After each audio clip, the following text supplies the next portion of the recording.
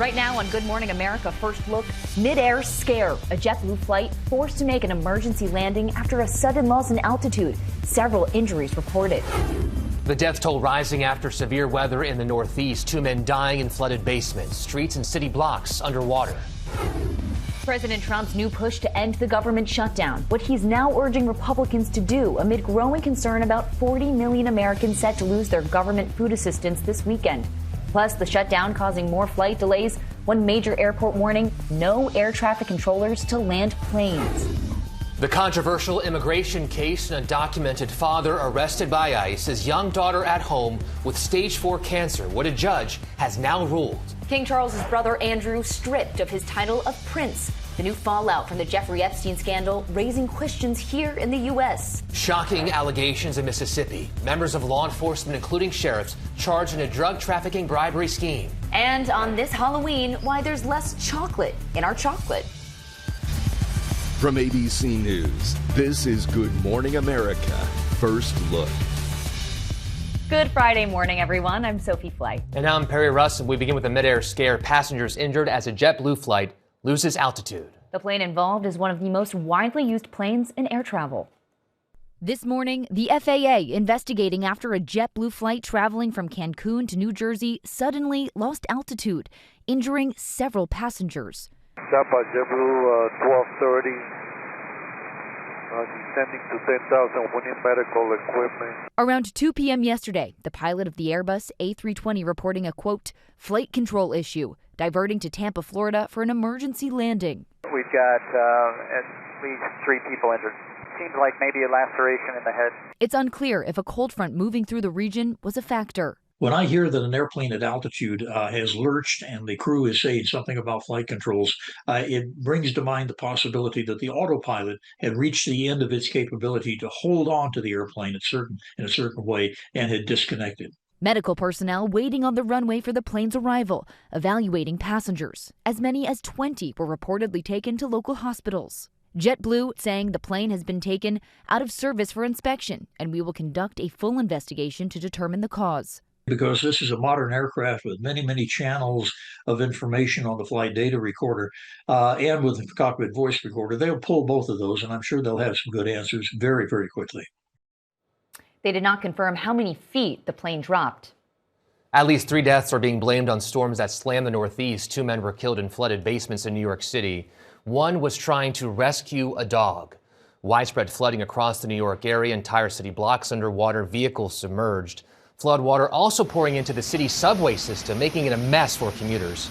In Philadelphia, a woman was killed when a tree fell on her car. And in Connecticut, the storm is being blamed for pushing 2 barges onto a beach. We will check your forecast in a few minutes. Now to the government shutdown and the potential crisis for 40 million Americans relying on food assistance. President Trump now calling on Republicans to take action. ABC's Nicole D'Antonio has the latest. Nicole, good morning. Well, Sophie, good morning. The president is calling on Republicans to use the so-called nuclear option and throw out the filibuster so they can reopen the government. Now, in the meantime, a judge is considering whether to force the administration to fund the SNAP program, better known as food stamps. This morning, President Trump is calling on Republicans to change the rules in the Senate to reopen the government. Trump posting overnight, it is now time for the Republicans to play their Trump card and go for what is called the nuclear option. Get rid of the filibuster and get rid of it now. The move would allow Republicans to pass a bill to fund the government with a simple majority instead of the 60 votes currently needed. But Senate Majority Leader John Thune has warned against this move, saying it could come back to bite Republicans whenever Democrats take power back. Meanwhile, millions of Americans fear their food assistance or SNAP benefits will run out tomorrow as the government shutdown drags on. I've gone to social media to ask for help from everyone that I could possibly think of. It now appears a federal judge hearing a lawsuit over emergency funding may step in. Judge Indira Talwani saying right now Congress has put money in an emergency fund for an emergency, and it's hard for me to understand how this isn't an emergency. Republicans argue it's not that easy. If they transfer funds from these other sources, it pulls it away immediately from school meals and infant formula. The judge dismissing the administration's explanation, saying, I want agency action, not lawyering. We're not going to make everyone drop dead. The judge could compel the administration to release the funds, but whether the Trump administration will comply remains to be seen. And even if it does, the emergency funding available would still fall short of the monthly SNAP payouts. Back on Capitol Hill, Democrats digging in, refusing to open the government until Republicans agreed to extend Obamacare subsidies to prevent health care insurance premiums from skyrocketing next year. A Utah woman we spoke to says even with the subsidies, her premium next year will rise from $495 to $753.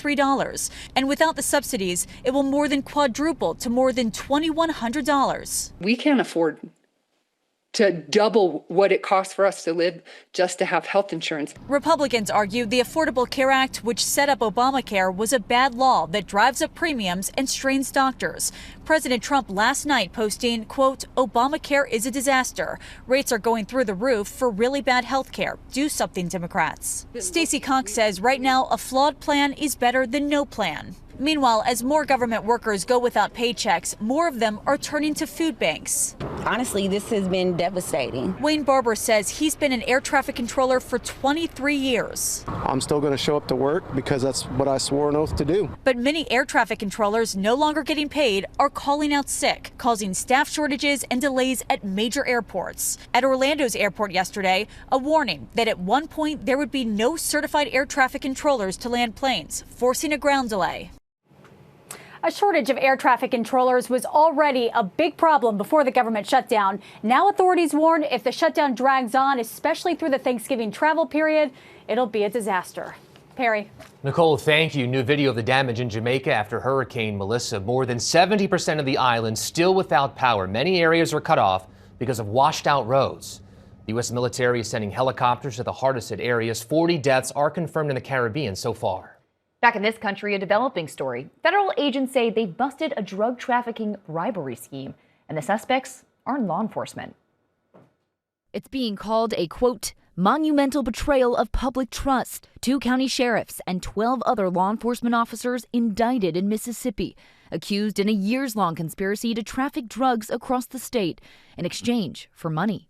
They betrayed the trust that the public placed in them, disgraced the badge. The FBI saying the officers provided safe passage for drugs that in some cases were delivered to Memphis and as far as Miami. Some of the defendants allegedly escorting the drugs. Officials say in one case, the officers, whose job it is to protect the public from illegal drug trade, thought they were helping transport 55 pounds of cocaine through the Mississippi Delta. But the cocaine was actually from an FBI agent posing as a member of the Mexican cartel. The next step is delivering accountability for everyone who's betrayed the public's trust. Agents say some of the bribes topped $30,000. There are 20 suspects in all, including some from Tennessee. They have not yet entered a plea deal, and their lawyers have not commented. This weekend marks the end of daylight saving time as we fall back and get an extra hour of sleep. A new poll shows only 12% of Americans are in favor of changing the time. 47% are opposed to it. The rest are neutral. Time now for your Halloween forecast. Good morning. Blustery behind yesterday's storm in the northeast. Still some rain over northern New England, upstate New York, but this is the storm that also steers Melissa out to sea, headed toward Newfoundland later today. Big winds right down to the I-95 corridor. Have some showers in the Great Lakes, also Pacific Northwest. Temperatures below normal in the east. Trick-or-treat time, a shower in Minneapolis and upstate New York and also into the northwest. Again, Melissa headed through the North Atlantic to Newfoundland during the overnight as a post-tropical storm. That's your forecast. I'm ABC News meteorologist Lee Goldberg. Have a great weekend, and don't forget to turn the clocks back. Coming up, the Halloween product responsible for a massive increase in calls to poison control, and it is not candy. Also ahead, King Charles's brother Andrew, no longer a prince. New fallout from the Jeffrey Epstein scandal, raising questions in the U.S. And later, a new video of the monkey that went wild in the Halloween store. It's Halloween and poison centers are bracing for a spike in calls because of glow sticks. Officials usually get about 260 calls this time of year. That is 13 times the daily average. The liquid in glow sticks and other glow products can irritate the skin, mouth, and eyes. Days after announcing 14,000 job cuts, Amazon is out with its new earnings report. It made $180 billion in revenue this past quarter, up from $159 billion during the same period last year. Its web services division saw its best growth in 3 years, driven by artificial intelligence. A bombshell from the British royal family. The king's brother Andrew no longer a prince. The latest fallout from the Jeffrey Epstein scandal raising more questions here in the U.S. Overnight, the British tabloids reacting to news that Prince Andrew is losing his royal titles. The cover of The Sun reading, "The Andrew formerly known as Prince." King Charles stripping his brother of that honor over his ties to convicted sex offender Jeffrey Epstein. How long have you known about Andrew and Epstein? Just this week, the king facing intense scrutiny, the move exceedingly rare in the UK. The last time this happened was in 1919, when Prince Ernest Augustus lost his title for siding with Germany in World War I. The palace announcing Prince Andrew will now be known as Andrew Mountbatten Windsor, adding these censures are deemed necessary, notwithstanding the fact that he continues to deny the allegations against him. Their Majesties wish to make clear that their thoughts and utmost sympathies have been and will remain with the victims and survivors of any and all forms of abuse. The Epstein scandal raging for years, with Virginia Giuffre claiming Epstein trafficked her for sex with Andrew. He knows exactly what he's done. Andrew has denied the allegations and attacked Giuffre's credibility. He reached a financial settlement with her in 2022 without admitting wrongdoing. I have no recollection of ever meeting this lady. Andrew has also been ordered to move out of his royal residence where he lives rent-free. This recently resurfaced photo reportedly adding pressure on the palace to take action against him. It shows Andrew hosting Jeffrey Epstein, disgraced Hollywood mogul Harvey Weinstein, and Ghislaine Maxwell at the sprawling mansion during an 18th birthday party for Andrew's daughter Beatrice in 2006. Giuffre died by suicide in April, but her recent memoir refocused attention on the case. In a statement, her family saying, "Today, an ordinary American girl from an ordinary American family brought down a British prince with her truth and extraordinary courage." King Charles' action now raising questions in Washington. Some politicians asking why the U.S. appears to be lagging behind the UK when it comes to investigating the Epstein scandal. Kentucky Congressman Thomas Massie saying it appears that rich and powerful men in the United States have immunities and privileges exceeding those of royalty in Britain. And back in London, questions remain about whether the royal family could help police in any future investigations involving Andrew and his ties to Epstein. Coming up, a shortage of pennies costing big money. Also ahead, a controversial immigration case and a undocumented father forced to leave behind his young daughter fighting cancer. A nationwide penny shortage has retailers scrambling for exact change after President Trump stopped producing the penny. Some businesses now say they're losing money, being forced to round up while giving change. Some now urging customers to bring in their pennies. Gripping testimony from a former Virginia teacher shot by a 6-year-old student. Abby Zwerner filed a civil lawsuit claiming the assistant principal ignored warnings that the first grader had a gun. Zwerner describing what was going through her mind after the boy opened fire. I thought I had died. I thought I was either on my way to heaven or in heaven, but then it all got black. The defense says the assistant principal followed protocol, and they are now questioning Zwerner's claim about her hand injury, saying she has since gone to cosmetology school, which requires using her hand. Now to an immigration case in Chicago. An undocumented father arrested, forced to leave behind his young daughter fighting cancer, and a judge now agreeing to release him. Here's ABC's Andrea Fujii. Overnight, a father and his 2 children reunited in Chicago after his release from ICE custody. Ruben Torres Maldonado spent nearly 2 weeks in jail, facing deportation, while his 16-year-old daughter battles stage 4 of a rare and aggressive soft tissue cancer. His young son asking where he's been. Torres Maldonado is an undocumented immigrant who spent more than 20 years in the U.S. His son and daughter were born here. But as part of the Trump administration's immigration crackdown, he was detained October 18th. Homeland Security says he's a criminal illegal alien with a history of driving offenses. Agents also claim he did not comply with officers during his arrest. I mean, he had parking, like tickets, like traffic tickets from before I was born. I don't know. I mean, I've gotten a parking ticket. Am I a criminal? A Chicago immigration judge yesterday sided with Torres Maldonado, releasing him on $2,000 bond, agreeing that he does not pose a risk to the community. Homeland Security responding, saying he has a history of habitual driving offenses and has been charged multiple times with driving without insurance, driving without a valid license, and speeding. Torres Maldonado insists he has a license and insurance. Now he'll be able to make his case in court while he's free to spend time with his very ill teenage daughter. Torres Maldonado can apply to stay in the U.S., claiming his family would endure hardship without him, but he could still face deportation if his application is denied. Sophie, Perry. Andrea, thank you. Lamar Jackson is back for the Baltimore Ravens. He missed a month with a hamstring injury, but was back in business last night, throwing 4 touchdowns against those Miami Dolphins. Ravens winning 28-6. All right, coming up, why there is less chocolate in our chocolate this Halloween. Plus, the best moments from the White House Halloween party last night.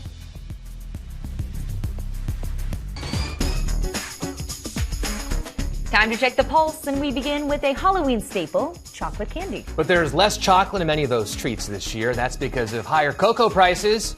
It's blamed in part for climate change, forcing some candy makers to reformulate their recipes. Yeah, and the changes can be seen on packaging. Candies that don't meet the threshold of milk chocolate are now often just called chocolate candy, so you better check those labels.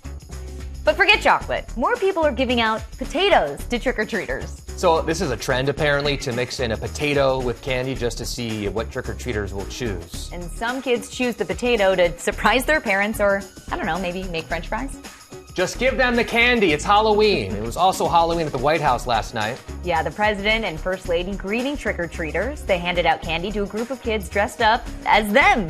There was even a mini Secret Service agent. Yeah, and that agent was no help when this bumblebee ripped a candy bar out of the first lady's hand. Give me that. But all was forgiven once the family dressed as a McDonald's drive-thru came by. And in a funny moment, the president placed a candy bar on the head of this kid's costume, just like a moment from Halloween back in 2019. Marshmallows this year, Minions back in 2019. Next, we head back to the Spirit Halloween store near Dallas. Yesterday, we showed you this pet monkey on the loose in that store. It got spooked by a Halloween decoration and climbed up to the rafters. We're now seeing police video of the monkey being returned to its owner. She caught him using a cookie. And we had our own fun here on Halloween. Earlier on World News Now, we put on our best Addams Family costume. Sophie was Wednesday. I was, wait for it, wait, there he is. I'm Pugsley Addams. Pugsley Addams, folks. There he is. Danny New was Lurch, and our intern Jacob was Cousin Nick for a fake newscast. Everybody did a great job. A lot of fun for Halloween, wasn't it? So much fun. You were really good. You were even better, Sophie Flay. You mean it? Yes. All right, we'll check top headlines next. Checking more top stories, the FAA is investigating a sudden drop in altitude during a JetBlue flight from Cancun to New Jersey. The plane diverted to Tampa. Several people were hurt. Meanwhile, major airport delays in the Northeast after a storm killed at least 3 people. President Trump is calling on Senate Republicans to end the filibuster and reopen the government with a simple majority vote.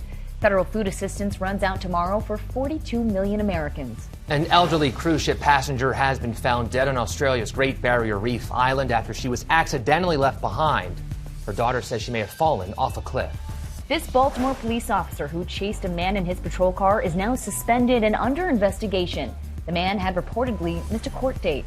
Today's weather, a blustery Halloween in the Northeast, rain in the Midwest, heavy rain with possible flooding in the Pacific Northwest. And finally, a Halloween special. You've heard of creepy crawlies, right?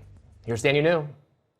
This Halloween, there are 2 arachnids growing in population that maybe you should keep tabs on. There we go. She's climbing up my shoulder here. Oh my gosh. First off, the Joro spider, whose 4-inch legs may even scare you over a video call. Here she is here. Dr. David Nelson here is a biologist at Southern Adventist University who, last week, published 2 papers about these spiders originally from East Asia. Oh my gosh. In the past decade, these arachnids and their ginormous, sometimes 10-foot-long webs have been popping up around Georgia and are now working their way up to the Northeast. Yay! They make webs right next to each other, so they're the ultimate free Halloween decoration. Thankfully, though, David says the testing his team has conducted has shown that the Juro spider rarely bites, and when it does... Most of it was itching, a little bit of itchiness. However, if you do see this giant, vibrant spider, you're probably looking at a female. I spoke with entomologist Dr. Jason Schmidt at the University of Georgia, who has conducted research about the gender disparity. As you can see here, the female Joro is way bigger and makes that massive web all by herself. Then she might get hungry. So they'll mate and then she'll eat them? She may eat them and they didn't get to mate. It's hard to say. What are you doing? Eating a hamburger. Meanwhile, I also spoke with David about an arachnid making headlines this week called the Lone Star tick, and it may affect your ability to wolf down a burger. Ticks are very good at this because they're feeding on blood. They're after blood. Basically, if the Lone Star tick bites you, your immune system could develop a currently incurable allergy to beef, pork, and lamb. And as you can see here on this map from the CDC, its population also appears to be growing beyond just the southeast. And guys, when you're frolicking outside, Jason's big tips for avoiding ticks are to wear light-colored clothes, since ticks are usually dark, and to tuck your pants inside your socks so the ticks can't get up there. Yeah, those are some good tips because that's pretty spooky. It is. That's your Good Morning America first look. Want some candy? Please. Have a great Halloween, everybody.